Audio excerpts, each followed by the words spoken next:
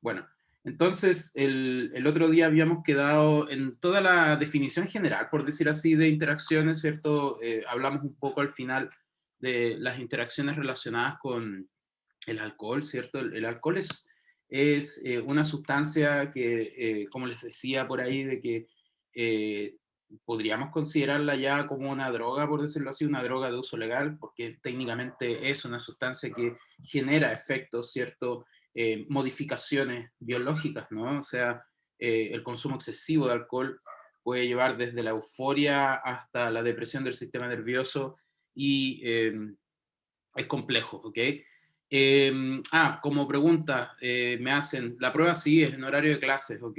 Pero ojo, a ver, esto se los iba a contar al final de todas formas, yo siempre les doy más tiempo, así que no se preocupen en ese aspecto, ¿ya?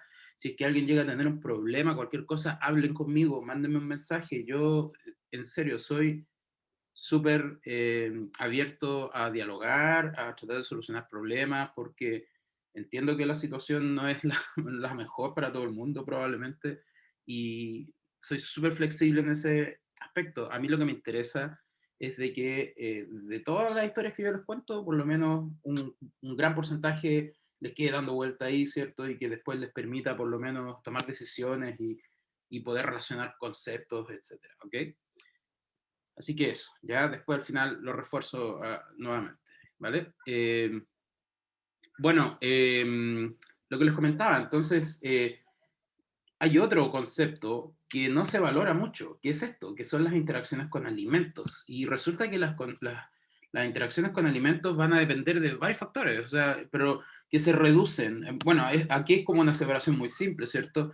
Que sí tienen que ver más con interacciones farmacocinéticas, porque de una forma u otra van a tener relación con la absorción probablemente, ¿cierto? Pero sabemos de que muchos alimentos tienen algunos nutrientes que también podrían estar involucrados en cómo un fármaco puede absorberse o no, cómo podría alterar la farmacocinética, etcétera.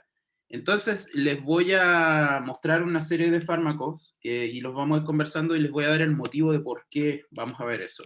Resulta de que las interacciones las podemos separar o tienen consideración en base a las características del fármaco en sí o características del alimento, como les decía. Normalmente las características del fármaco van en relación más a aspectos de digamos, su PKSUA, ¿cierto?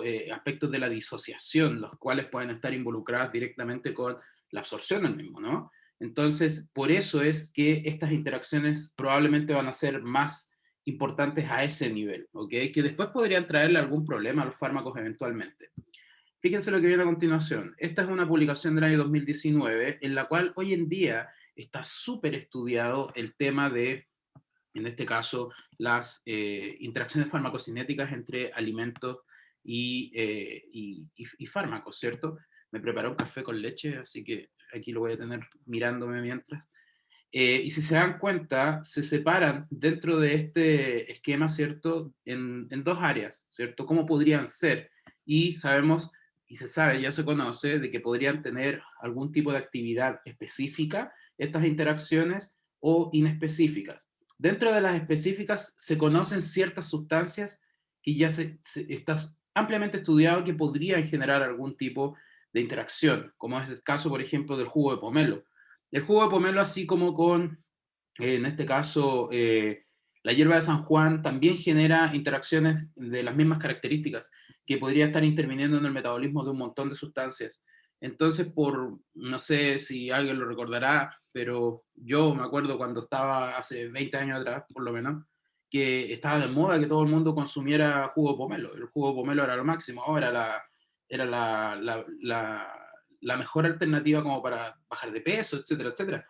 Y claro, resulta de que para ese entonces empezó el auge de los estudios con el jugo pomelo, que determinaron de que existían un montón de interacciones relacionadas al metabolismo también. Entonces, en particular, no con la absorción, pero sí en procesos de metabolismo que podían aumentar o disminuir concentraciones de ciertos fármacos. Y por otro lado, la leche también interacciona de forma particular con algunos fármacos, y esto va en relación al contenido de minerales, ¿cierto? Vitaminas. El caso del calcio. Hay muchos fármacos que lo que suelen hacer, bueno, químicamente están dispuestos en ácidos, contienen ácidos o contienen algunos grupos funcionales que lo que hacen es intervenir y atrapar o quelar, no sé si se acuerdan de ese concepto en química, la quelación de un metal, que por un sinfín de puentes de hidrógeno, ¿cierto?, se atrapa el metal y lo quita, al fin y al cabo, de la estructura general de la leche. Entonces también eso también podría afectar de una forma u otra características de interacción. El alcohol ya lo comentamos, ¿cierto?, que puede llegar a potenciar algunos efectos, digamos, de fármacos depresores del sistema nervioso, así como por otro lado fármacos ampliamente utilizados para patologías cardiovasculares, ¿cierto? Como la insulina o algunos hipoglicemiantes orales, que en realidad es súper interesante e importante. A ver, acá me ponen una pregunta. Les voy a hacer un comentario. Si van a hacer una pregunta, procuren enviársela a todo el mundo. No me la envíen directo a mí porque así también sus compañeros las pueden leer. En relación a los quemadores de grasa, la función igual es más bien como un aumentador metabólico más que un quemador en sí. Es que va a depender del quemador de grasa porque tú hoy en día tienes sustancias que son lipotrópicas y por otro lado tienes las termogénicas. Entonces, dependiendo de los mecanismos que por los cuales pasen, quizás van a tener relación directa con los receptores beta adrenérgicos que de una forma u otra podrían acelerar el metabolismo vía esa modulación, como es el caso de la paracinefrina, ¿cierto? Que son, en este caso, lipotrópicos, ¿ok? Mientras que por el otro lado tiene sustancias que son termogénicas, como el caso de la cafeína, el uso excesivo de cafeína, o por ejemplo la levocarnitina, por otro lado, que lo que hace es aumentar el metabolismo muscular, ¿cierto? Pero que si este tipo de suplementos no son utilizados en concordancia con una alimentación y con ejercicio, no tienen ningún sentido. Entonces, eh, por eso hay que definir cuál quemador de grasa es, porque también existen los que están aprobados, ¿cierto? Como la fentermina, el orlistat, ¿cierto? La leucocerina, no, el lorcacerina, ¿cierto? Que se utilizan de una forma u otra, pero para esto requieres de un apoyo de tipo alimentario, ¿cierto? Y a la vez de ejercicio. O sea, eh, eh, a ver, los quemadores de grasa, si tú no contribuyes en este caso, su utilización con lo que te estoy comentando, no te van a servir de absolutamente nada. Y al contrario, te van a dañar más. Te van a dañar el hígado y te van a dañar los riñones. Entonces, es como un juego, ¿no? Bueno, de esto podríamos hablar después, sin ningún problema. Por otro Profe, lado, dime. disculpe, el alcohol disminuye el efecto de la insulina y de los hipoglicemiantes.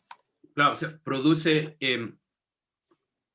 aumenta, genera hipoglicemia.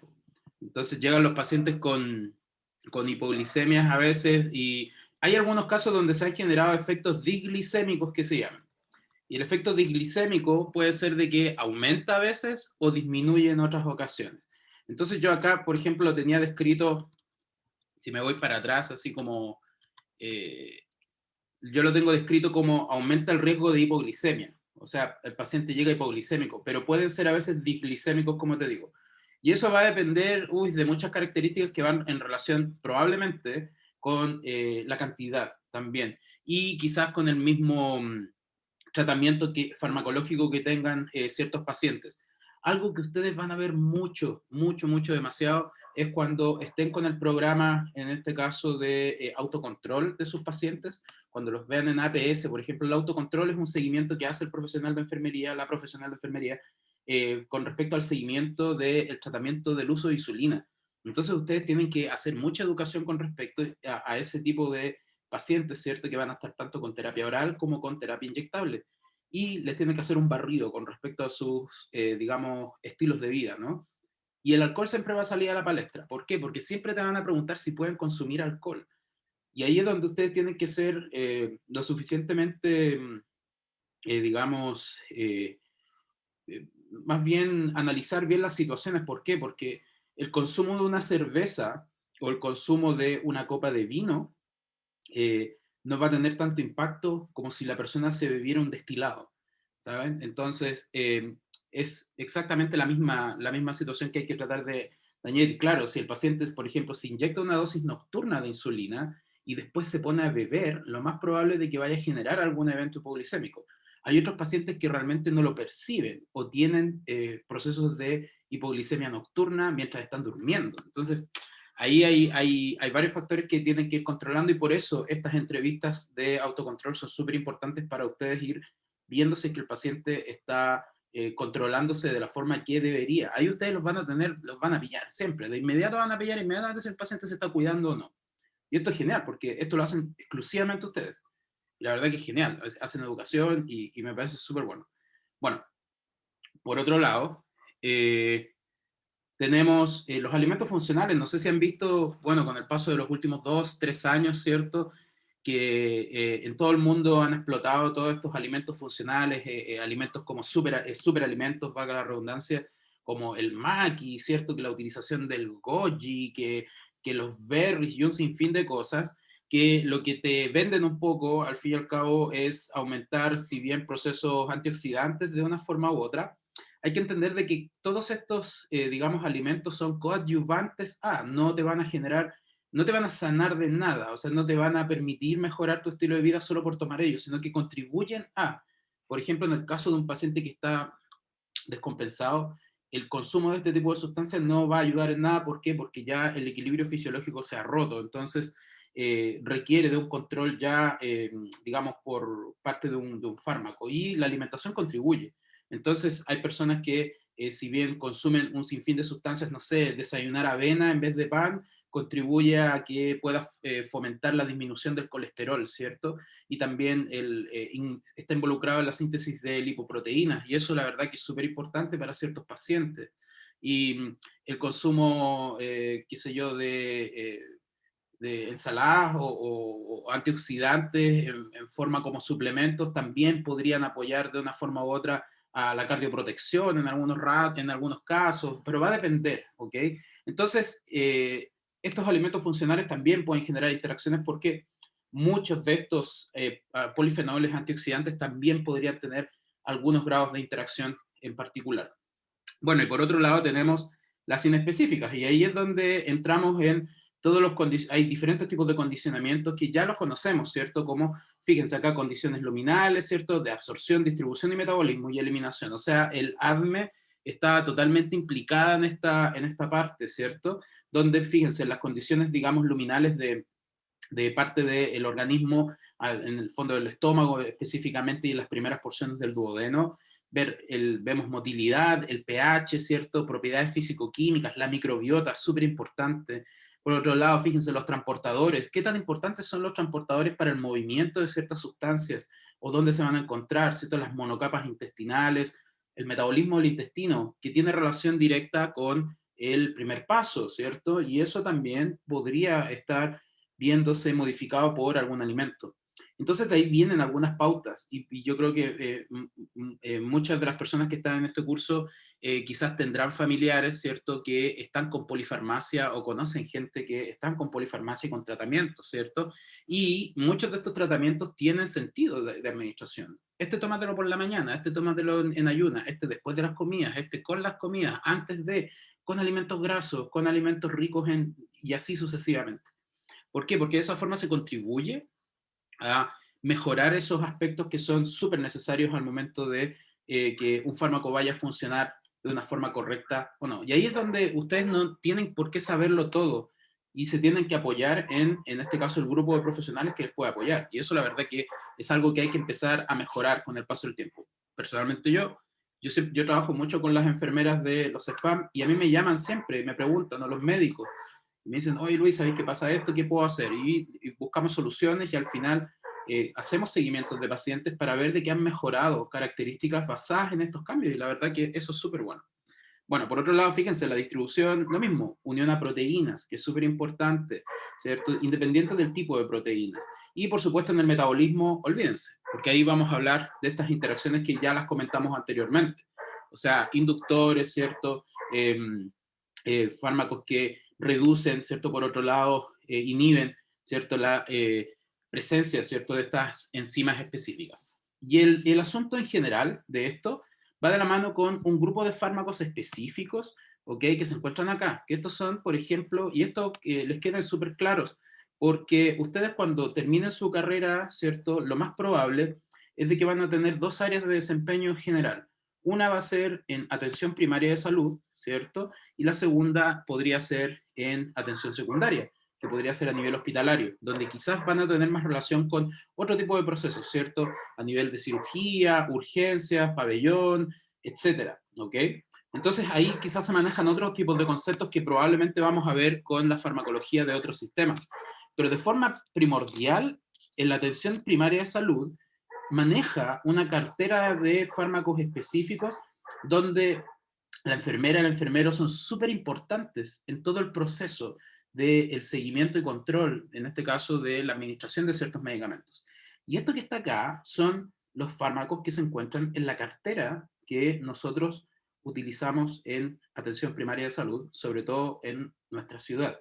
Entonces, si se dan cuenta, por ejemplo, para el tratamiento de la diabetes, si bien, claro, ustedes reconocerán algunos medicamentos como por ejemplo el ácido acetilsalicílico, llámese aspirina, ¿cierto? Tenemos otros para el control del colesterol, captopril, enalapril para la presión arterial, la glibenclamida, en este caso para la diabetes propiamente tal, los sartán también, presión arterial, y metformina para la diabetes propiamente tal. ¿Por qué ustedes se preguntarán por qué todos estos aparecen dentro de la cartera de fármacos para el tratamiento de la diabetes? Es porque simplemente la diabetes no es una enfermedad, una monoenfermedad, es una enfermedad que tiene muchos factores de riesgo asociados. Para que se declare un paciente diabético, tiene que cumplir por lo menos con 3 caracteres: el índice de masa corporal, la presión arterial, ¿cierto? Y las lipoproteínas, y en este caso ácidos grasos que estén muy elevados, ¿cierto? Las grasas, ¿cierto? El colesterol. Entonces, si se dan cuenta, de una forma u otra, y por supuesto la glucosa, que es la glucosa en sangre, que es la que al fin y al cabo determina si el paciente es diabético o no. Entonces, si se dan cuenta, es una suma de situaciones donde hay muchos fármacos que contribuyen al control de la diabetes. Y después, en hipertensión arterial esencial, desde los 15 años hacia arriba, vienen los mismos fármacos más algunos, ¿cierto? Como el amlodipino, antagonistas del calcio, algunos beta bloqueadores específicos como el atenolol, ¿cierto? Por ahí el carvedilol, que eh, es un beta bloqueador mixto, ¿cierto? Que tiene también actividad por otro lado. El Forxiga, a ver, es que el Forxiga, ya, vamos a entrar en ese detalle. De hecho, vamos a hablar acerca de lo que me preguntas cuando veamos la clase de diabetes. Ya, con esto, ¿qué quiero llegar? Con todo lo que tengo puesto acá. Resulta de que lo que yo tengo puesto acá es una cartera bastante reducida de ciertos fármacos, ¿ok? ¿Eso qué quiere decir? De que el acceso que existe a los fármacos en atención primaria, ¿ok? Es bastante limitado, ¿ok? Es muy limitada. Entonces, en el hospital, con lo único que van a tratar a un paciente diabético es o con metformina, con glibenclamida o con insulina NPH. Y todas las demás alternativas que existen, como el Forxiga, que es dapaglifosina, que es un antidiabético de última generación, eh, lo más probable es de que a tu padre se lo haya prescrito el diabetólogo o el especialista, ¿ok? O un médico externo de atención primaria. Exacto, ¿ves? Entonces, así es como funciona. ¿Por qué? Porque lo más probable es de que su diabetes quizás no respondió a los tratamientos iniciales con metformina en las dosis que requería. Entonces no compensó. ¿Y qué es lo que hizo el especialista? Valoró el utilizar este nuevo tratamiento para ver si es que al fin y al cabo había un mejor control metabólico con la utilización de estos. A veces la utilización de estas nuevas alternativas permite el no transicionar directamente a insulina. Eso es lo que se busca, que el paciente no tenga que llegar a eso. Pero cuando llega al tratamiento con insulina, al fin y al cabo suele ser hasta mucho mejor que el paciente tenga insulinoterapia. ¿Por qué? Porque es la forma, digamos, es la forma en la cual tú sabes que realmente se va a controlar la glicemia. ¿Por qué? Porque la inyección lo más probable es que le va a durar durante todo el día, en casos específicos. Pero, por ejemplo, un paciente que tenga que tomarse 3 metforminas al día o 3 glibenclamidas al día, va a tener que estar siempre bajo ese constante recordatorio de que tiene que tomar su medicamento en ciertos horarios. Y ahí es donde viene el concepto de adherencia. Y eso es algo que ustedes van a valorar siempre en sus entrevistas de autocontrol o de cualquier tipo de, por ejemplo, un control cardiovascular. Entonces le van a hacer ustedes la encuesta de Morinsky y Green para ver si es que la persona es adherente basado en 3 conceptos, y ahí ustedes inmediatamente van a ver, ¿usted se toma todos los días los medicamentos o hay un día que se le olvide? Si te dicen que el paciente se olvida, inmediatamente es no adherente. Entonces, factores como esos hacen de que tenga que cambiarse las terapias a tratamientos de una sola dosis o cuando ya el paciente descompensa, quizás insulinoterapia. Pero que quede claro de que en APS la cartera es pequeña, es súper limitada. Entonces siempre trabajamos con fármacos que son de uso muy común, de uso muy básico, pero que permiten el control de ciertos fármacos, o sea, que permiten el control de las patologías. Entonces, fíjense, para dislipidemia tenemos solo atorvastatina. Y por otro lado está el gemfibrosilo, pero no pertenece a la canasta que nos entregan algunos de estos fármacos el servicio de salud. Entonces se dan cuenta que ese programa de salud cardiovascular, eso significa PSCD. Aprovecho de dar un sorbo a este café delicioso. Bueno, entonces aquí tenemos que analizar otro factor que es súper importante, que son las clasificaciones farmacocinéticas basadas en esta interacción. Ya, entonces, ¿qué es lo que pasa? Aquí nosotros vamos a tener tres efectos que van a ocurrir. Tres efectos que pueden ocurrir cuando el fármaco no tiene, o sea, perdón, el alimento no tiene ningún efecto sobre, en este caso, el consumo de un fármaco o no, cuando el alimento tiene un efecto negativo, y por otro lado, cuando el alimento tiene un efecto positivo. Entonces, estas van a generar un impacto sobre la biodisponibilidad dependiendo de la presencia de la comida o no.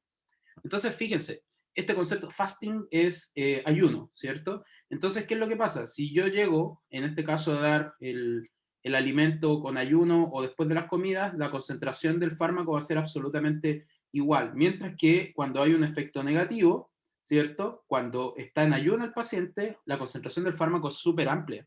Eso quiere decir de que es mejor cuando no hay nada en el estómago. Pero cuando hay alimento, después del alimento, fíjense, baja. Entonces, en ese caso, sería bueno quizás no recomendarle al paciente tomar el medicamento en ese periodo de tiempo. Y por otro lado, hay casos en los cuales el alimento potencia, digamos, la concentración del fármaco en sangre y se recomienda el tomar algún alimento para que en este caso se refuerce o se potencie la actividad. Y créanme, un detalle tan simple como recomendar el tomar un medicamento en cierto horario o acompañado o no de algún medicamento mejora mucho los perfiles de, en este caso, compensación de los pacientes. Y eso es súper real. Nosotros tuvimos un porcentaje de recuperación de más de un 43% en un periodo de un año en pacientes a los cuales empezamos a hacer seguimientos de todos estos aspectos. Y la verdad funciona. Bueno, entonces aquí les pongo una tablita en la cual ustedes pueden observar de que hay diferentes fármacos que los vamos a separar por clases, ¿cierto? Cardiovasculares, ¿cierto? Antiinflamatorios, diuréticos, sobre todo en HTA, en hipertensión arterial, antiulcerosos, ¿cierto? Y algunos laxantes. Pero, fíjense, voy a dar algunos ejemplos específicos que son súper interesantes y lo más probable que los hayan escuchado por ahí. Entonces, el caso, fíjense, el caso particular, por ejemplo, del carvedilol, ¿ok? El carvedilol, cuando se administra con alimentos en general, va a reducir un efecto secundario muy común que tiene este fármaco, que es la hipertensión ortostática, ¿ok? Entonces, ¿qué es lo que hay que hacer? Al comerlo con alimentos ya no va a ocurrir esto. Entonces, te recomiendan administrarlo con alimentos. Y la verdad que eso es súper bueno. Por otro lado, el nifedipino, que también se utiliza bastante en el tratamiento de la hipertensión arterial, con alimentos en general, aumenta la biodisponibilidad del fármaco, entonces eso es bueno, porque si aumenta la biodisponibilidad del fármaco, quiere decir de que va a haber más disponibilidad del mismo para que pueda generar el efecto que tú estás buscando en un periodo determinado de tiempo. Y fíjense que hay algunos raros, por ejemplo, el caso de la digoxina, que también se utiliza para en este caso para la insuficiencia cardíaca, eh, por ejemplo, con zanahorias, se disminuye la absorción del fármaco. Entonces hay que disminuir, o sea, disminuir los alimentos ricos en fibra. Pero esas son como súper específicas y la verdad que nunca se consideran en ciertos casos. Por otro lado, fíjense, el caso del diclofenaco, que normalmente se suele administrar y se sabe que daña el estómago, se recomienda administrar con alimentos porque disminuye el efecto de daño a la mucosa gástrica. Y la verdad que eso es súper importante que lo tengan claro. Por otro lado, hay uno muy interesante, que esto lo habrán escuchado y este lo van a ver mucho, que es la hidroclorotiazida, que es un diurético tiacídico. Y este que está acá se recomienda, fíjense, administrarse con queso, huevo frito o carnes. ¿Por qué? Porque se aumenta la absorción del fármaco y se disminuye en este caso la concentración de sodio. Entonces, lo que se recomienda es administrar con alimentos grasos y o en este caso, evitar la administración con alimentos ricos en sodio. Entonces, claro, sería un queso quizás no tan rico en sal o un huevo frito sin sal, ¿cierto? y carnes, ¿me entienden? O sea, ese tipo de conceptos antes no se valoraban. Y cosas como esa, por ejemplo, que uno de estos, que la hidroclorotiazida matutina se administre a un alimento rico en grasa, lo que va a hacer al fin y al cabo es aumentar la absorción y permitir que ésta genere un mejor efecto del control de la presión arterial. Entonces, la verdad que es bastante bueno. ¿Qué hace el alimento en el organismo que permite que aumente la biodisponibilidad? A ver, hay varios factores aquí que van en relación a la composición del alimento. ¿Por qué? Porque el aumento de la biodisponibilidad va en relación directa a la absorción. Entonces, mientras más absorbes el fármaco, a veces el mismo contenido del alimento es muy rico en cierta composición proteica que permite el transporte, digamos, más acelerado de ciertos fármacos. Entonces, por ejemplo, alimentos que son muy ricos en proteínas permiten quizás ese aumento excesivo de la biodisponibilidad. Va por ahí un poco la historia de cómo estos se podrían fomentar, en este caso, la biodisponibilidad específica de algunos de ellos. Netamente, el que tendría más sentido es el caso de la hidroclorotiazida, porque los alimentos grasos de por sí tienen grasas que permiten movilización. Entonces, de una forma u otra, lo que hace la grasa permite un ambiente, un microambiente, que va a favorecer la absorción en todas las microvellosidades del estómago. Entonces, por ahí se justifica un poco esa actividad. Pero esto también va de forma más profunda, porque la hidroclorotiazida, si nos ponemos a verlo en aspectos más físico-químicos, la hidroclorotiazida es un compuesto que tiene 2 pKa, y al tener 2 pKa, uno se modifica a nivel estomacal y el otro a nivel del inicio del duodeno, y dependiendo de cómo se modifican estos, se absorbe. Entonces, si tú lo tienes en un ambiente graso, lo más probable es de que se vaya a favorecer la absorción primaria en la primera porción de, en este caso, el duodeno, lo cual favorece mucho más su biodisponibilidad. Y eso es netamente a la riqueza en grasa que tiene el alimento. ¿Alguien tiene José? José Rojas, ¿puede quitar ahí los silencios yo mejor? Eh, bueno, eso. Y si se dan cuenta, por otro lado, el omeprazol, que se usa mucho, en este caso como un protector gástrico, con el pollo y la leche, que tiene vitamina B12, disminuye la absorción de B12. Entonces, no administrarlo con alimentos ricos en vitamina B12 o cerca de la administración del fármaco. Y de ahí viene que el omeprazol se recomienda administrarlo en ayunas en particular, o por lo menos media hora, 1 hora antes de alimentos, específicamente para que durante la primera media hora pueda generar el perfil de protección. A pesar de que son fármacos que tienen tiempos de vida media corta, el efecto farmacológico es el que permite que se extiendan por hasta 24 horas sus efectos. ¿Te quedó claro, Paula, lo que conversamos recién? Sí, profe. Súper. Ya, continuemos. Entonces vamos a ir por algunos fármacos específicos, como es el caso de los que les nombraba. Y aquí en todos voy a poner algo de justificación en literatura, porque es la mejor forma, al fin y al cabo, de poder validar, ¿cierto?, la evidencia de lo que nos dice con respecto a estas cosas. Entonces, en el caso del ácido acetilsalicílico, se recomienda, acá como aparece que está recomendado no tomar alimentos ricos en vitamina C o vitamina K concomitantes cuando es administrada la aspirina. ¿Ok? Entonces se prefiere dar entre los intervalos de alimentos y por eso es de preferencia la administración durante el mediodía de la aspirina. O sea, a las 12, al fin y al cabo, es como el mejor horario.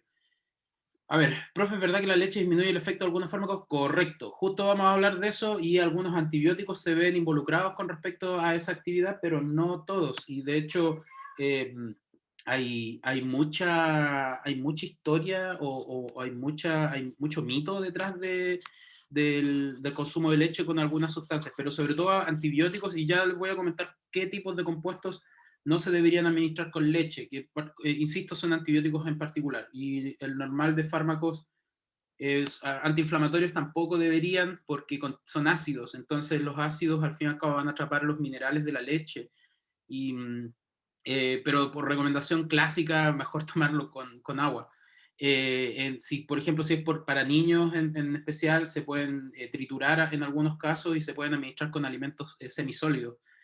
También en adultos mayores que tienen problemas de eglución, también se puede hacer eso, pero lo mejor es siempre, digamos, destruir el fármaco y administrarlo todo de una sola vez, no partirlo para ir administrándolo en partes durante el día. O sea, si le dieron una pastilla de metformina que es grande para que se tome una al día, lo que hace mucha gente, y es un error, es partirla en 4 y repartirla en 4 la dosis durante el día para cumplir con la dosis del día, pero la reparten y no tiene sentido. Lo lógico es fragmentarla y tomarla toda para facilitar la dilución. El cómo puede ser diluida, como les decía, con jugos que no sean tan ricos en azúcares y cosas por el estilo. Y la verdad que eso ayuda bastante, papillas, etcétera. Pero lo de la leche tiene sus complementos, sobre todo antibióticos, pero ya lo vamos a ver. Y por otro lado, bueno, lo que les decía, la aspirina, particularmente en mediodía, pero hay, el año pasado hubo un congreso de cardiología a nivel latinoamericano, donde se recomendaba, en este caso, la administración de la aspirina en la noche, dosis nocturna, y eso se justificaba un poco por aspectos de biodisponibilidad igual, porque en la noche el paciente se encuentra como en un reposo y el fármaco podría tener un mejor perfil de actividad sin, en este caso, verse afectados otros tipos de procesos. Y la cardioprotección se veía que era, entre comillas, un poco mejor. Pero lo que normalmente ustedes van a ver cuando tengan sus pacientes, siempre recomendarles tomar el medicamento alejado de sustancias que contengan vitamina C o vitamina K, o frutas, ¿cierto? Solo. La aspirina al mediodía.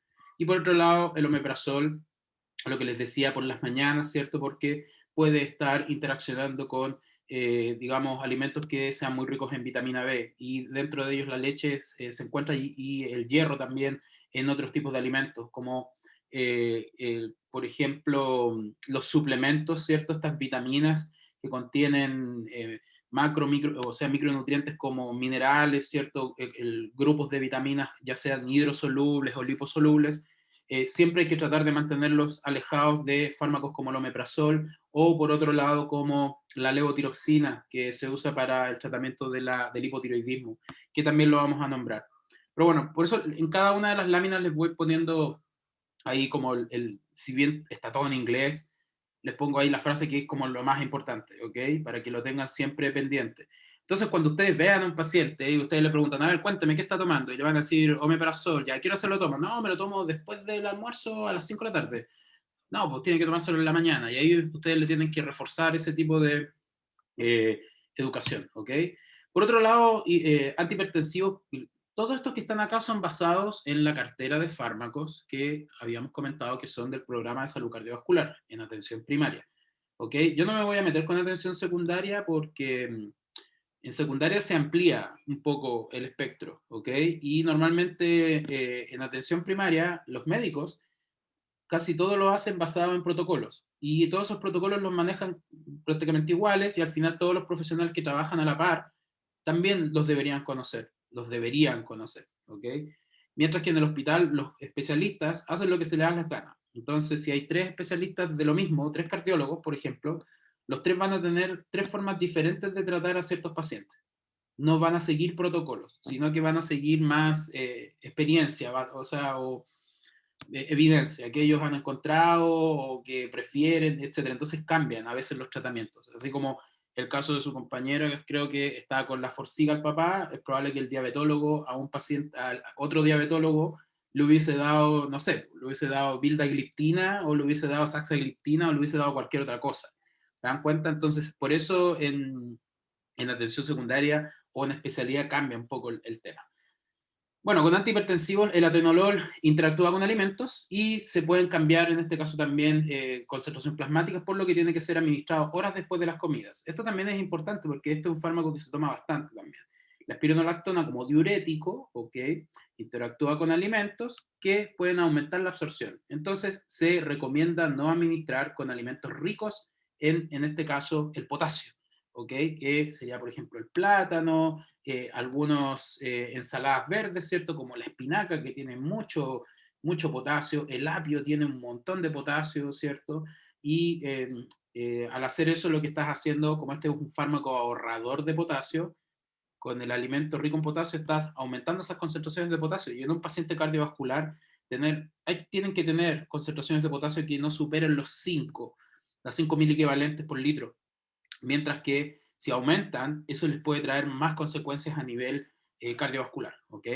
Entonces, las paltas también, muy ricas en potasio, etc. El carvedilol, lo había comentado, ¿cierto? Que en este caso pueden ser beneficiosas estas, digamos, interacciones que habíamos hablado de que se tenga que administrar con alimentos para evitar los problemas, ¿cierto?, de hipotensión ortostática, y en el caso de la hidroclorotiazida, administrar con alimentos ricos en grasa. Y dos fármacos de una familia muy, muy, muy conocida, ¿cierto?, como captopril y enalapril. Esto es una revisión en español, por si a alguien le interesa. Bueno, de todas formas yo les voy a subir todos estos artículos para que los puedan leer, porque es importante que también tengan ese conocimiento. En el caso de captopril hay disminución de la biodisponibilidad hasta un 56% con alimentos, y la verdad que yo escuché en algún momento a mucha gente recomendando, muchos médicos recomendando, no, tómeselo con alimentos, y entonces al fin y al cabo lo que están haciendo es disminuir la eficacia terapéutica del fármaco, mientras que en el enalapril no se ve afectado, ¿ok? Mientras que otros derivados sí, pero estos nosotros no los vemos, así que estos, chao, estos son más como de especialidad. Por otro lado, los IECA como un efecto adverso, que lo vamos a ver ya en la próxima clase que empezamos con cardiovascular, un efecto adverso clásico que tienen estos fármacos, esta clase es como un inicio para eso en realidad.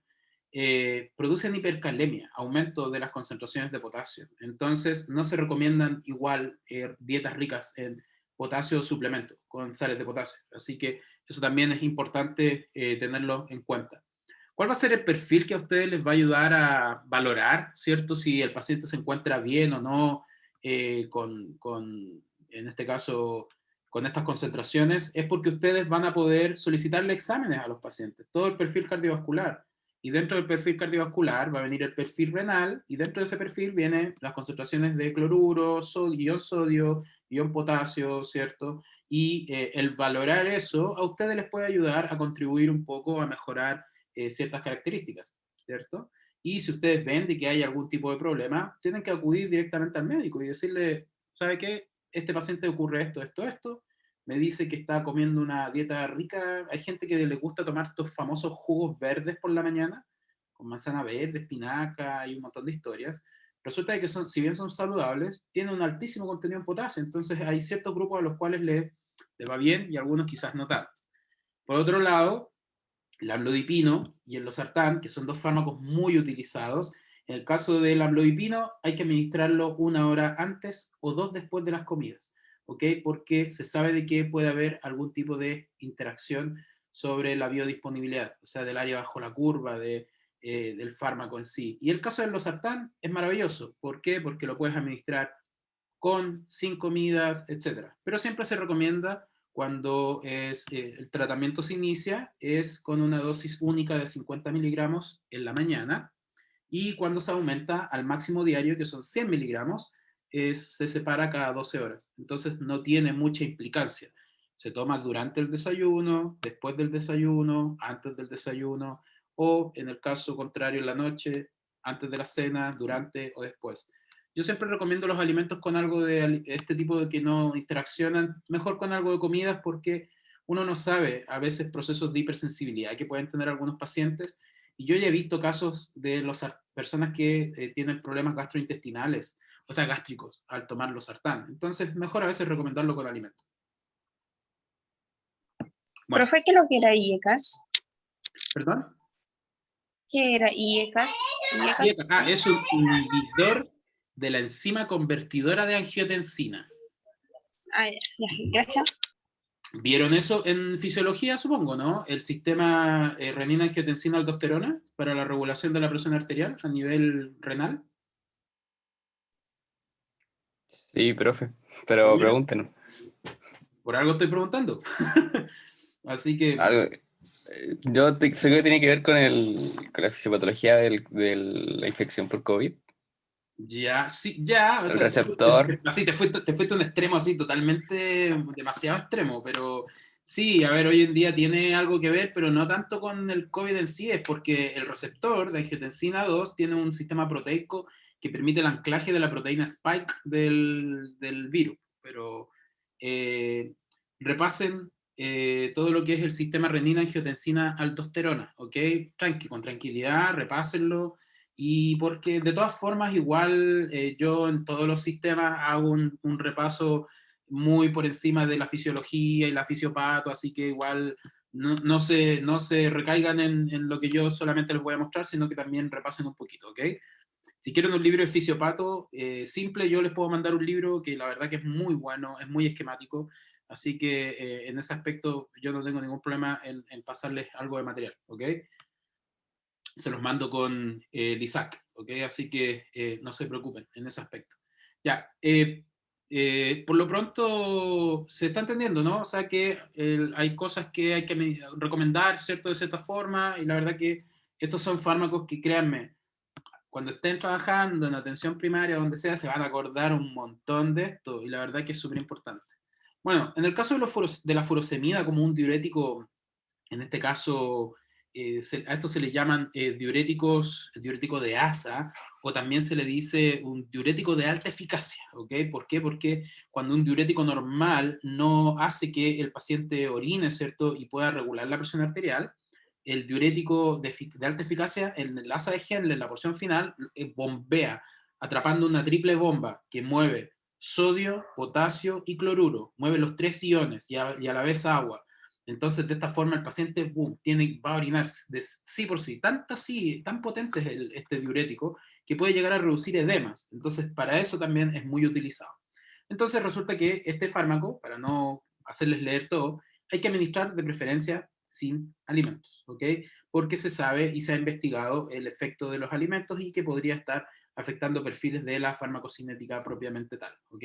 Así que tanto texto, ¿cierto? Para solamente poner eso. Pero es importante, solamente para que vean de que existe información al respecto.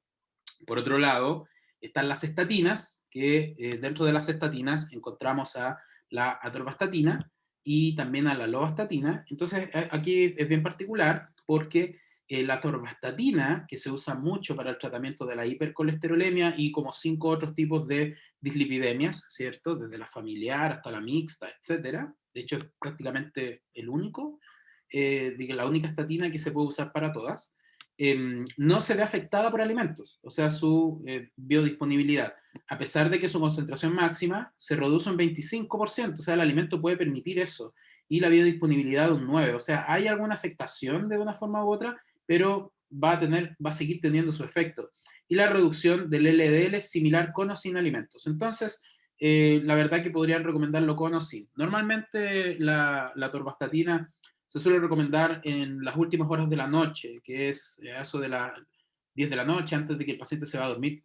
Yo les suelo recomendar a los médicos que la recomienden durante cualquier parte del día, porque la vida media lo permite, a diferencia de la lovastatina, que la lovastatina es una estatina de generación previa a la torvastatina, que sí ve su biodisponibilidad afectada por, en este caso, alimentos, donde en este caso puede aumentar un 50% su biodisponibilidad. Entonces, eso la verdad puede favorecer bastante en ciertas características, pero la administración con fibras o frutas disminuye la absorción y eso puede permitir falla terapéutica. Y eso la verdad es un problema, porque ahí es donde tenemos que diferenciar lo que es la absorción de la biodisponibilidad, porque la biodisponibilidad es después de que ya el fármaco fue distribuido técnicamente. Así que tener súper en cuenta eso. La atorvastatina es lo que más van a ver en realidad en tratamiento. Y por otro lado, lo mismo, ¿cierto? Pero aquí hay algo súper interesante que siempre es bueno reforzarlo. El LDL son las proteínas de baja densidad, que cuando te ven el colesterol, tú tienes 3 tipos de lipoproteínas. Las lipoproteínas, las HDL, que son las de alta densidad, las LDL, que son las de baja densidad, y las VLDL, que son las de muy baja densidad. Y estas proteínas se componen de kilomicrones, ¿cierto? Y de otras estructuras que al fin y al cabo transportan el colesterol a través del torrente sanguíneo. Entonces hay algunas de ellas que son muy pesadas y otras que son muy livianas. Exacto. Más fácil, yo estoy contando todo el chiste así bioquímico y Melanie pone el colesterol malo. Así es. Entonces, es básicamente eso, ¿ok? Solo trataba de ser algo más elegante, pero bueno, Melanie tiene razón.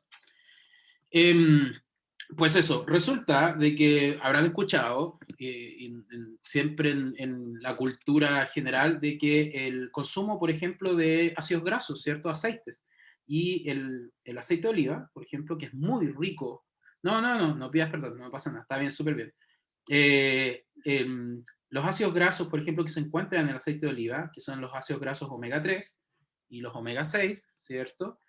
Permiten, si tú los combinas con estatinas, da lugar a una interacción farmacodinámica que mejora el perfil cardioprotector. Y eso justifica un poco el fomentar el consumo de este tipo de aceites crudos, no en este caso fritos. Y por eso, si estamos en una ciudad particularmente que permite la obtención de este tipo de aceites, consúmanlos. La verdad que está súper bien y la verdad que son bastante sanos, sobre todo en personas ya de una edad más avanzada. Así que el recomendar el consumo de estos está bastante bien. Por otro lado, está el genfibrosilo, que es un fibrato, y los fibratos lo que hacen es actuar a nivel de bloquear, en este caso, la síntesis de triglicéridos. Y la síntesis de triglicéridos van de la mano también con, en este caso, el metabolismo de la glucosa.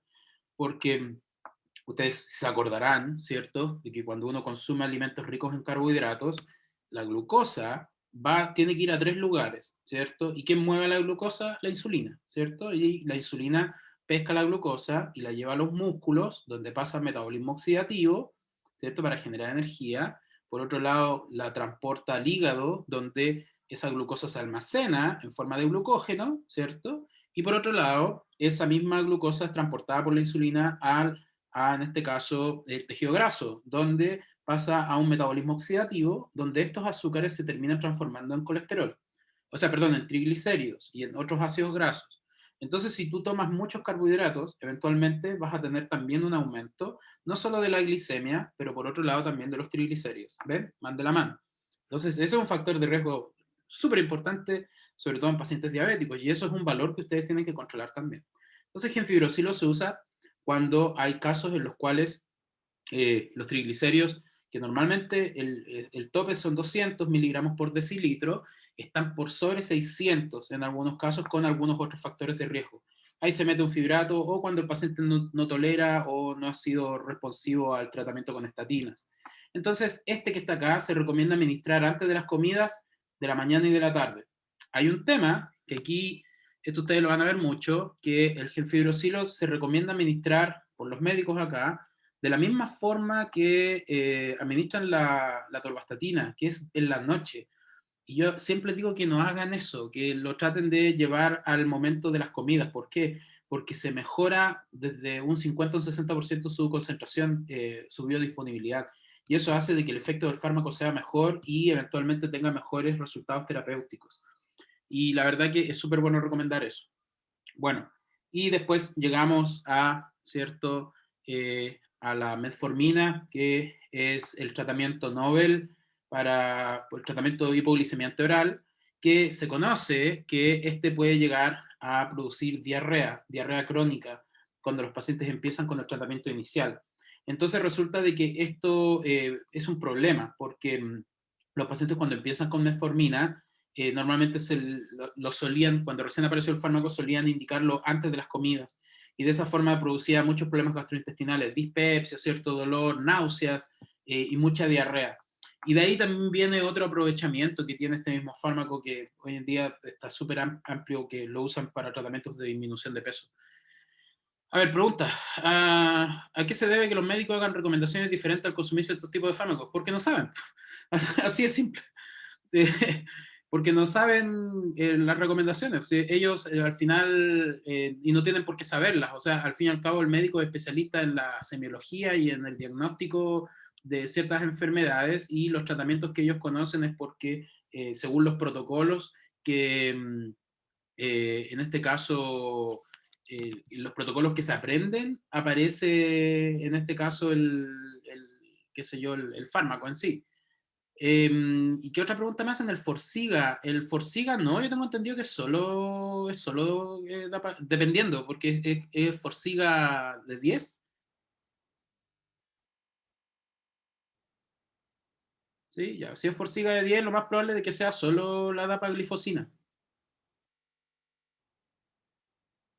O sea, insisto, Rodrigo, o sea, los médicos hacen recomendaciones porque lo han leído, lo han visto según la evidencia, etcétera, pero cuando uno hace búsquedas quizás un poco más acabadas de ciertos mecanismos de acción, son diferentes a veces y ya porque se van acostumbrando a ciertas formas, lo siguen haciendo. Pero bueno, por ejemplo, los médicos de los CEFAM son súper abiertos a este tipo de clarificaciones y la verdad que nosotros trabajamos súper bien ahí con todo el equipo específico en particular, y ya los médicos especialistas son un poco más, digamos, específicos con sus tratamientos y ellos ya porque lo han validado de cierta forma y bueno, esas son cosas que ellos controlan y yo ya he tenido un par de encontrones en ese aspecto, pero no en un mal sentido, sino que debatir al fin y al cabo justificaciones de por qué a veces ciertos tratamientos es mejor darlos de una forma u otra. Y la verdad es que siempre se llega a buen puerto, si al fin y al cabo tienen que pensar de que todo esto es en beneficio del paciente, no en beneficio de uno. A mí no me interesa nada para mí, me interesa que el paciente pueda mejorar, ¿no? Entonces, lo que deberías hacer cuando ves que ocurren este tipo de situaciones, búscate un farmacéutico que te ayude. Si al fin y al cabo nosotros somos los expertos en fármacos, el médico es experto en diagnosticar, ¿cierto? Y ustedes son los expertos en administrar y en cuidado, ¿cierto? En todo ese tipo de situaciones que se relacionan. Entonces, entre los tres profesionales se trabaja súper bien. Así que, por ahí yo creo que eso es súper importante tenerlo en cuenta. Y lamentablemente hoy en día la situación acá hace de que al médico lo tengan arriba, pues, y es como que el médico tiene que hacer todo, y no necesariamente tiene que ser así, si es un equipo de trabajo. Pero bueno, podemos seguir hablando después de ese tipo de situaciones. Entonces, si la metformina genera estos problemas, ¿cierto?, de administración, la administración con alimento podría ser una alternativa, porque no afecta su disponibilidad, por lo que se puede administrar durante o después de las comidas. Entonces, si ustedes conocen a alguien que esté con metformina, recomendar siempre que ésta se administre con alimento, ¿ok? ¿Por qué? Porque disminuye bastante los problemas de, en este caso, efectos, ¿cierto? Las reacciones adversas que pueden llegar a ocurrir con la dosis normal a veces. Cosas que también son importantes dejar en claro es de que a veces tienen que pensar de que muchos pacientes son, ¿cierto?, adentrados en edad y ya empiezan con problemas de tolerancia a ciertos tipos de sustancias que se encuentran en los alimentos. Llámese, por ejemplo, la enfermedad celíaca o por otro lado la intolerancia a ciertos azúcares como la lactosa. Entonces, ¿qué es lo que pasa? Muchos fármacos hoy en día vienen formulados y dentro de su composición de excipientes contienen lactosa. Entonces, por muy pequeña que sea esa lactosa que se utiliza como un disgregante, ¿cierto? O en este caso, sí, un disgregante y también un emulsificante de cierta forma u otra en el comprimido, que favorecen la disolución. Esa pequeña concentración de lactosa en el comprimido puede generar y desembocar a la producción de todo esto. Entonces, de ahí viene de que hoy muchas formulaciones traen la composición escrita de todo lo que tienen. Antes venía solamente que ponía excipientes CSP, que es cantidad suficiente para, qué sé yo, 100 miligramos, 500, etc. Entonces, eso es súper, hoy en día es de mucho valor, porque así se puede, por lo menos, digamos, contribuir a que no ocurran este tipo de situaciones. Y se me acabó el café. Bueno, y por otro lado tenemos la levotiroxina, que es muy utilizada, ¿cierto?, en el tratamiento del hipotiroidismo. La levotiroxina tiene muchos estudios, pero aquí algo muy importante que hay que dejar en claro es de que el alimento reduce la biodisponibilidad de la levotiroxina, por lo que se tiene que administrar exclusivamente en ayunas. El paciente se levanta en la mañana, es lo primero que se tiene que tomar, de inmediato, levotiroxina. ¿Por qué? Porque el alimento puede reducir hasta en un 70 o un 64%, creo que aparece por ahí, sí. Eh, claro, puede aumentar en un altísimo porcentaje o sea, disminuir en este caso la biodisponibilidad del fármaco. Y un paciente que no está con tratamiento continuo de levotiroxina puede ver afectado muchos aspectos, porque ustedes saben que esta hormona regula todo un sistema que al fin y al cabo puede involucrar desde el estado del ánimo hasta el metabolismo. Entonces es complejo. ¿Qué es lo que pasa? De que cuando un paciente se ve en la situación en la cual quizás está tomando algo, está ocurriendo algo que evita la absorción correcta de la levotiroxina, se produce un fenómeno de hipotiroidismo refractario. ¿Eso qué quiere decir? De que si al paciente le están dando 100 miligramos y por esas casualidades de la vida, esa persona se toma con alimento el medicamento, no va a estar haciendo efecto el fármaco. entonces va a requerir de dosis mayores, y a eso se le llama refractariedad. Pero ¿qué sustancias pueden llegar a producir esto? Fíjense, alimentos, por ejemplo, inhibidores de la bomba de protón como el omeprazol, el café, alimentos, la soya. El kelp es como es una alga en realidad.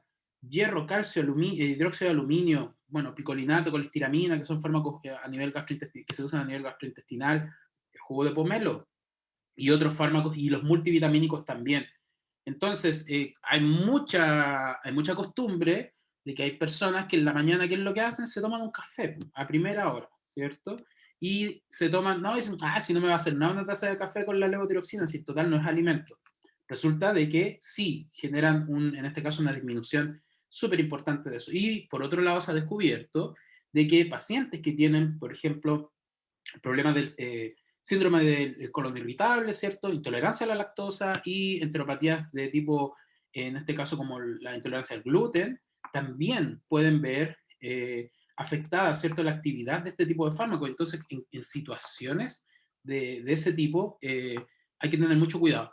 ¿Cuánto tiempo después se recomienda comer? Después de 45 minutos, una hora. O sea, 45 minutos ya es apropiado, en este caso, de comer, después de la dosis de la levotiroxina. Entonces, si por ejemplo el paciente se levanta a las 7, que se la tome a las 7:30, 7:45 ya podría estar alimentándose. ¿Por qué? Porque en el periodo de la primera media hora es un fármaco de absorción bastante rápida. Entonces, y después de las primeras 2 horas ya está la concentración máxima del fármaco dando vuelta. Entonces, y como este fármaco se absorbe, primordialmente no se absorbe a nivel estomacal, se absorbe más a nivel de la primera porción del intestino delgado.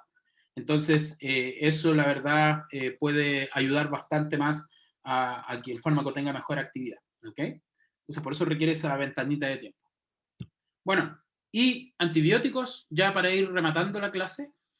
En el caso de antibióticos tenemos, vamos a llegar eventualmente a esa clase, pero hoy en día existe un pool tremendo de antibióticos que son utilizados en clínica, y ustedes los van a ver mucho cuando eventualmente les toque llegar al hospital, sobre todo hoy en día con todo lo que está pasando con el COVID. A muchos pacientes les generan profilaxis con ciertos tratamientos o los tratan derechamente con mezclas de antibióticos específicos por neumonías producidas por COVID o un sinfín de otras cosas que puedan estar ocurriendo, ¿cierto? Pero dentro de los más conocidos tenemos las penicilinas. Dentro de las penicilinas, la amoxicilina es clásica, ¿cierto? Todo el mundo yo creo que habrá tomado amoxicilina en algún momento. Entonces la biodisponibilidad de esta no se ve afectada por alimentos de forma general, en este caso también leche o fórmula, pero se reduce en un 21% en dietas ricas en fibra. Y esto nunca nadie te lo dice, o sea, nadie te dice, oye, evita tomar, en este caso, la amoxicilina con una dieta rica en fibra. Y eso nunca nadie te lo había dicho. Entonces hay que tener mucho ojo con eso. El caso de la cefalosporina, que también son antibióticos beta-lactámicos, hay unos específicos. Las cefalosporinas se dividen en 5 generaciones, entonces hay muchas cefalosporinas. Entonces una de ellas, que es la cefuroxima, que es de tercera generación, aumenta un 28, un 70 al ser administrado con alimentos. Y fíjense, de un 25 a un 97 cuando se administra con leche, mientras que en adolescentes, en este caso biodisponibilidad de cefalexina, no es afectada, mientras que en niños se ve reducida la absorción cuando se administra con leche. Entonces, ahí es donde viene un poco el tema de ese tipo de interacciones. Cuando se inyectan, cuando se inyectan los antibióticos no pasa nada, nada en absoluto, porque recuerden que cuando se administra algo por vía parenteral, no hay absorción, ¿ok? Se distribuye de inmediato. O sea, la absorción es 100 y después va bajando, así que ahí no hay que preocuparse. Esto normalmente va más relacionado a, como les decía, a atención primaria, ¿no? Cuando el tratamiento es por vía oral. Cuando es por vía inyectable, nada. De hecho, por ejemplo, cuando a un paciente lo tienen con tratamiento inyectable, muchas veces lo suelen alimentar vía sonda, o sea, por sondaje. Entonces, ¿qué es lo que traen estas, por ejemplo, las preparaciones de nutrición parenteral? Vienen súper enriquecidas con algunos, digamos, macro y micronutrientes que son esenciales, que quizás se pueden ver disminuidos durante todo el proceso de la enfermedad.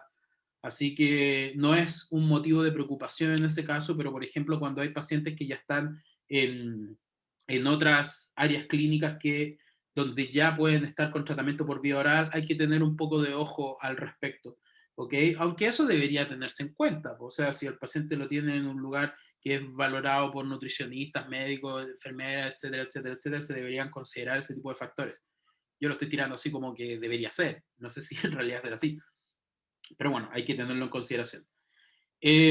Macrólidos, que son otro tipo de familias, aquí encontramos, bueno, el fármacos como la eritromicina, la acitromicina, que todo el mundo la conoce, y la claritromicina también. Entonces, el efecto de los fármacos sobre la eritromicina va a depender de la formulación. ¿Y eso por qué aparece eso? Resulta de que la eritromicina, cuando se diseñó, es un antibiótico que tiene, o cuando se formuló por primera vez, tenía una muy mala biodisponibilidad oral. Entonces se empezó a formular como diferentes tipos de sales, de diferentes tipos de lípidos, por decirlo así. Y eso afectaba mucho el sabor, porque tiene un sabor fatal, es horrible el sabor. Entonces, dependiendo de la formulación, si era como palmitato, si era como decanoato, etcétera, etcétera, etcétera, dependiendo de eso, si iba a haber afectada quizás su biodisponibilidad o no. Pero la eritromicina hoy en día es de uso específico cuando hay, por ejemplo, alergia a las penicilinas, eritromicina sería como el candidato. Bueno, mientras que por otro lado la citromicina, que sí la conocerán, ¿cierto? Que se utiliza mucho en el tratamiento de algunas ITS, ¿cierto? Y también para casos avanzados de neumonías adquiridas en la comunidad por micoplasma, quizás, o algunos otros tratamientos, ¿cierto? Más complejos, que suele administrarse por dosis única. Mientras que la citromicina en comprimidos, fíjense, no se ve afectada al fin y al cabo por comidas, mientras que en cápsulas sí. Y eso va a depender de la forma en la cual simplemente viene vehiculizada. Cuando se siente el sabor de una naranja, por ejemplo, aumenta la biodisponibilidad de la vitamina C. Existe una relación entre sentir el sabor de algo. Es que eso tiene que ver netamente, a ver, razonemos. A ver, cuando se siente el sabor de una naranja, aumenta la biodisponibilidad de la vitamina C. Es que al fin y al cabo el aspecto sensorial es netamente una sensación. Entonces, qué tan sensorial va a depender de qué zona de la lengua va a estar llegando, en este caso, la naranja, porque hay personas que quizás tienen más desarrolladas ciertas porciones de lo que es sensorialmente hablando.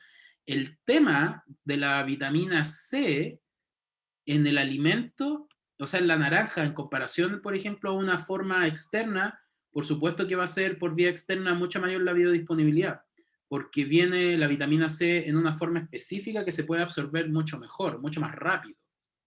¿Dónde se puede ver alterada la absorción de la vitamina C? Cuando quizás es administrada con algunos minerales divalentes, y llámese divalentes, y esto lo sabrán, ¿cierto? Todos los que tienen carga más 2, ¿no? O sea, hierro, magnesio, calcio, qué sé yo. Por ahí, un suplemento entonces es mejor que la vitamina C de una naranja, un kiwi. ¿Sabes cuántas naranjas te tienes que tomar para tener 1 gramo de vitamina C? Eso piénsalo. Ya, pues. ¿Y cuántas pastillas necesitáis de vitamina C para obtener 1 gramo? Ya. ¿Sabes ¿Quieres que te dé ¿quieres que te dé un consejo? ¿Quieres, no, ¿sabes cuál es el fruto que te da mayor concentración de vitamina C? Pues con un litro, no, es la guayaba. La guayaba es una de las frutas que tiene la mayor concentración de vitamina C. Entonces, si te tomas 1 litro de jugo de guayaba, te aseguro que tienes 1 gramo de vitamina C en tu cuerpo. Y si es que quieres, por ejemplo, tener una alta concentración de polifenoles antioxidantes en tu cuerpo, sí, así. Si quieres tener una mayor concentración de polifenoles antioxidantes en tu cuerpo, como la quercetina, que es potentísimo protector, antiinflamatorio, antioxidante, tienes que tomarte un jugo de cebolla morada. Y el jugo de cebolla morada, pero se patea todo lo que existe. La cebolla morada tiene un altísimo contenido en quercetina. Y de hecho hubo un congreso el año pasado, como en esta fecha, de el uso de productos naturales para el tratamiento, bueno, no para el tratamiento, sino que para la complementación en el COVID, para aumentar las defensas y cosas por el estilo. Y ahí, claro, justamente hablaron de lo que les comentaba. O sea, el jugo guayaba es brutal, es tremendo. Yo creo que es uno de las frutas que más contenido de vitamina C libre tiene. Así que eso no hay que perderle la pista. Pero me hiciste recordarlo, así como que apareció en un lugar profundo de mi cerebro.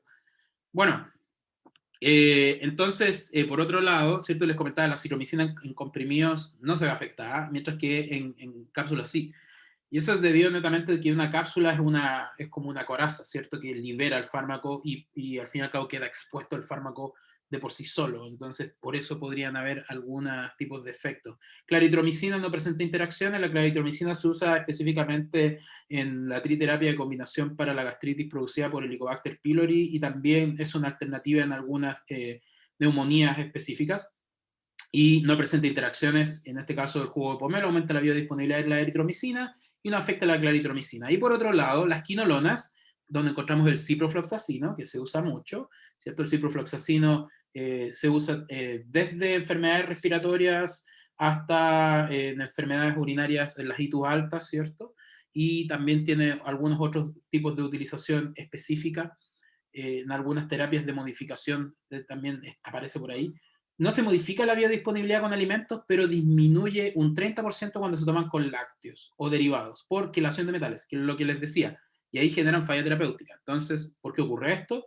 Porque la química del ciprofloxacino tiene unos grupos, unas cetonas, no sé si se acuerdan de esos grupos, unas cetonas y unos alcoholes libres, y estos generan una circulación de iones, de electrones, perdón, de iones, bueno, al final sobrecarga, de electrones que lo que hacen es atrapar estos metales divalentes, como el calcio, ¿cierto? Y lo que hace es, al fin y al cabo, desactivar al fármaco, y el fármaco pierde completamente su efecto. Entonces el antibiótico pasa a ser completamente inútil. Y no solo con ciprofloxacino, sino que también con levofloxacino, el moxifloxacino, que son de la misma familia, pero que se utilizan para diferentes cosas específicamente. Bueno, y lo mismo, entonces, evitar usar con suplementos ricos en minerales divalentes, específicamente, ¿cierto? Calcio, magnesio, hierro, cobalto, y un sinfín de otros que tienen dos cargas. Y ya para terminar, que ya estamos casi al final, ¿qué pasa con las hierbas medicinales? Pues resulta de que existe una relevancia hoy en día del uso de hierbas medicinales con respecto a potencialmente qué es lo que podrían estar interaccionando, y en la medicina integrativa hoy en día se están utilizando bastante.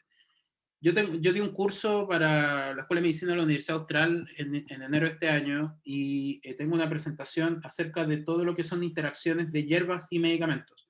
Así que si les interesa se las puedo subir para que la puedan leer. Si es que alguien está interesado, se las puede dejar ahí.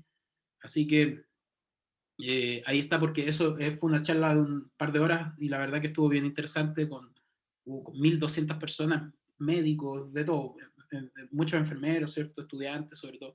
Pero la verdad que estuvo bastante interesante, muy entretenido y hay muchas cosas y conceptos. Y ahí hablo mucho, en esa presentación hablo mucho del pomelo y de la hierba de San Juan, así que quizás les pueda ayudar un montón, porque hoy en día el consumo de hierbas medicinales ha explotado. Y algo muy interesante, que nunca se suele hablar mucho, que qué pasa con los micronutrientes, ¿cierto? ¿A qué me refiero con los micronutrientes? Que son, normalmente le ha pasado, o a mí me lo preguntan mucho, que me dicen, oiga, profe, o Luis, me dicen, oye, ¿tú qué piensas de los complejos vitamínicos? ¿Sirven o no sirven? O sea, cuestiones de el Centrum, que el Infor B y un montón de payasadas que tienen un sinfín de vitaminas y un montón de historias. Bueno, resulta de que de una forma u otra se les mira muy por encima, pero en realidad, si se dan cuenta de lo que está escrito acá, los micronutrientes consisten en la nada, ¿cierto? En 0,01 de la masa corporal, pero resulta de que algunos micronutrientes, por muy poquito que se modifiquen, en realidad pueden llegar a afectar la salud. Y eso hay que tener mucho ojo con eso, porque, por ejemplo, el consumo de hierro es súper importante, porque ayuda a un montón de procesos, ¿cierto? El consumo de vitaminas, que son cofactores, ¿cierto? Para, sobre todo las vitaminas de hidrosolubles o las del complejo B, si quieren llamarlo mejor, más simple, y la vitamina C, funcionan mucho para un sinfín de cofactores y procesos que ocurren a nivel de síntesis, a nivel bioquímica, mientras que las vitaminas liposolubles, ¿cierto? La A, la E, la vitamina K, ¿cierto? La vitamina D, tienen actividades específicas, pero es súper importante su actividad de una forma u otra. Entonces, como justamente las que les comentaba, por ejemplo, el hierro es muy importante, porque a nivel de la hemoglobina necesitamos hierro. Entonces, es un tema bastante interesante, la vitamina A, el yodo, ¿cierto? Que se encuentran en los alimentos, ¿cierto? Los folatos que están relacionados con el ácido fólico, en particular, sobre todo en el embarazo, es extremadamente necesario. El zinc, ¿cierto? Que, bueno, desde el zinc, sobre todo en niños, es súper importante por los asuntos del crecimiento. Y la verdad que también durante el embarazo es extremadamente importante. Bueno, entonces existen muchas interacciones que podrían ocurrir. O sea, no es tampoco esto para generar así como para asustar ni nada, sino que es netamente para que tengan una idea de qué fármacos específicos podrían afectar de una forma u otra. Entonces, por ejemplo, algunos antibióticos lo que pueden hacer es disminuir absorción, quelación, inducción de enzimas, ¿cierto? Fíjense, vitamina A, complejo B, calcio, magnesio, justamente lo que les hablaba del, por ejemplo, el ciprofloxacino, tiene que ver con estas vitaminas, o sea, con estos minerales bivalentes, ¿cierto? Y cosas por el estilo. Entonces, es súper importante que también analicen de que existen algunas interacciones hoy en día, ya no a un nivel tan macro, sino que también a micronutrientes que son esenciales y se les mira muy por encima. ¿Sirven los complejos vitamínicos? Pues sirven, pero a largo plazo, en realidad. Hay que tomarlos por periodos bastante avanzados de tiempo y la verdad es que son súper necesarios para ciertos grupos de pacientes específicamente. Y ahí es donde se recomienda específicamente en la suplementación con micronutrientes para grupos de pacientes muy específicos, sobre todo para pacientes que tienen enfermedades crónicas, ¿ok? Como diabetes, se les recomienda siempre tomar vitaminas, y eso es súper importante que lo hagan. ¿Por qué? Porque ellos tienen muchas insuficiencias de micronutrientes, y eso normalmente no se los suelen recomendar. Entonces, a los pacientes crónicos siempre hay que recomendarles algún tipo de suplementación. ¿Ok? Entonces, eso la verdad que, o pacientes que están tomando mucho omeprazol, a esos pacientes también. ¿Por qué? Porque el omeprazol ya vimos, afecta, ¿cierto?, la absorción de la vitamina B12, de los minerales, entonces es probable de que esos pacientes, si bien van a estar en la mañana tomándose el omeprazol, y ustedes saben que el omeprazol dura todo el día, ese efecto del omeprazol va a estar afectando un poquito esa absorción de esos micronutrientes. Y el paciente los requiere. Entonces, la suplementación extra les va a ayudar mucho. Así que eso no lo olviden nunca, es súper importante. No, una persona joven como ustedes no requiere mucho de esta suplementación energética, ¿ok? ¿Por qué? Porque se encuentran en una etapa en la cual la misma alimentación que ustedes tienen diaria les aporta lo necesario. Pero ya cuando vamos avanzando en el tiempo, necesitamos de algún apoyo en este aspecto. Entonces, mucho ojo con eso, ¿ok? Y si quieren más información, hay literatura, hay libros. Y la verdad es que estos, si es que los quieren, yo se los puedo pasar, estos dos libros, que, a ver, nadie te dice que te tienes que aprender todo de memoria, pero por lo menos tener la concepción de que existen estas cosas, ¿ok? Y es súper importante tener en cuenta de que existen un montón de interacciones potenciales. Entonces, la literatura es súper importante, si los quieren, se los puedo subir, se los puedo mandar también. Así que, eh, el caso de los... Es que lo que pasa es que ahí entramos en un tema un poco más sensible, porque la dieta vegana, por ejemplo, a ver, hay que tener súper en cuenta de que la dieta vegana te deja más desprovisto de ciertas proteínas que tienen algunos aminoácidos que, por ejemplo, tienen la proteína de la carne, ¿no? Y esa hay que suplementarla, por ejemplo, con, si bien con legumbres que son muy ricas en hierro o algunas proteínas que contienen, o sea, suplementos de proteínas que contienen esos aminoácidos que no te los da una verdura, por decirlo así. Entonces, normalmente ahí sí podría ser interesante la suplementación en algunos casos. Pero hoy en día las dietas veganas están siendo bastante más mejoradas, por decir así, con algunos derivados que te proporcionan bastante buena, digamos, riqueza, ¿no? Por ejemplo, hoy se usa mucho el seitan, que, que es muy rica en muchos complementos. La proteína del cáñamo, que de por sí tiene todos los aminoácidos, los polvos de proteína de cáñamo tienen todos los aminoácidos esenciales, que por ejemplo no tiene la soya. Entonces, ya ese nivel de suplementación se ha conseguido hoy en día. Así que podría ser claro, podría ser una alternativa. Por eso, casi todas estas, por ejemplo, las vitaminas, como te digo, los polvos de proteína del cáñamo, pues traen todos los complejos en realidad, y la verdad que están súper bien. El seitan también, y un montón de otros derivados que existen, pero la suplementación podría ser apropiada. ¿Qué es lo que normalmente se recomienda hacer? Si una persona tiene una dieta estricta vegana, hacerse análisis cada un determinado periodo de tiempo. Y la verdad que eso sería lo más responsable para poder controlar un poco esas cantidades en comparación con los que somos unos descriteriados y comemos animales. O sea, es que así funciona. Bueno, claro, B12 sí, no debo consumir vitamina C. Claro, es que lo que pasa es que la vitamina C y la B12 lo que pueden generar es algún mecanismo, probablemente, pero hay formulaciones que sí las traen, pero depende del tipo de sal en la cual vengan. Pero normalmente si se administran no debería generar problemas en realidad. Pero bueno, eso ya es otro tema a discutir. Pero en estos libros viene toda esa información también por si alguien los quiere buscar. Así que, o sea, yo les puedo pasar los libros y por si lo quieren reforzar de una forma u otra.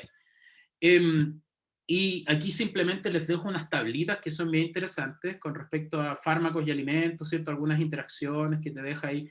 Por ejemplo, estos son puros fármacos muy raros, en realidad, ¿no? Casi no hay muchos comunes, en realidad. Por ejemplo, fíjense, ¿quién usa gabapentina? Bueno, se usa, pero la verdad es que no tanto. Dicumarol ya no se usa, por ejemplo. La ciclosporina, que se usa en casos muy, muy, muy específicos. Pero igual se las puse ahí porque es interesante. Y aquí sí, esta tablita quizás tiene más valor, porque habla de fármacos que no son afectados por alimentos y otros que podrían modificar el pH de la orina, por ejemplo. Esto, como he sacado del libro de farmacología en enfermería, me da mucha risa porque los españoles traducen todo, y la verdad es que es muy chistoso porque ellos al tocino le llaman bacon, y no, si no lo traducen, le llaman bacon, que es fantástico.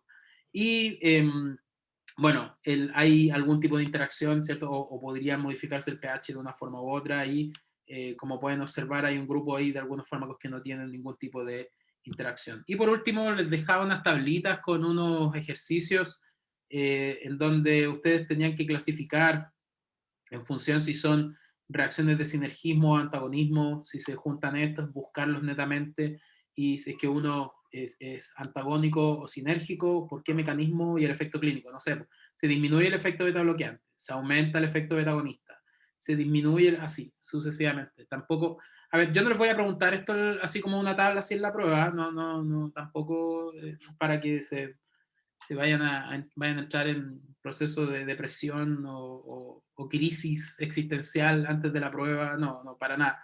Pero si pueden hacer esta tabla, háganla, porque les puede ayudar más o menos a entender de que existen ciertas interacciones que pueden ocurrir. Y por otro lado, existen estas posibilidades de que los fármacos que se juntan, ¿cierto? Uno de ellos puede ser inductor, el otro puede ser, en este caso, inhibidor específico, y esto es netamente buscarlo en la literatura, por internet mismo, te aparece. Entonces tú pones interacción entre warfarina y gluconosol y te va a salir cuál es el sustrato, el inductor, inhibidor y el efecto. ¿Aumenta el efecto anticoagulante? ¿Disminuye el efecto anticoagulante? ¿Cierto? Y así con todos los demás tratamientos. Y con esto terminamos. Encontré un meme súper bueno, porque es súper real. Esto es real. Cuando empieza la clase, todo, hola, profe. Cuando iniciamos éramos 40 y tantos. La clase de Zoom, ¿cierto? Están ahí chateando, viendo, qué sé yo, redes sociales. Y al final, gracias, profe, cuídese. Así que ahora les digo yo, pues, cuídense, ¿cierto? Que estén bien. Y espero los gracias, profe, cuídense. Así que nada. Para terminar un poco este tema, con esto ya cerramos, esto entra en la prueba, ¿cierto? Gracias, profe, prendan las cámaras, claro.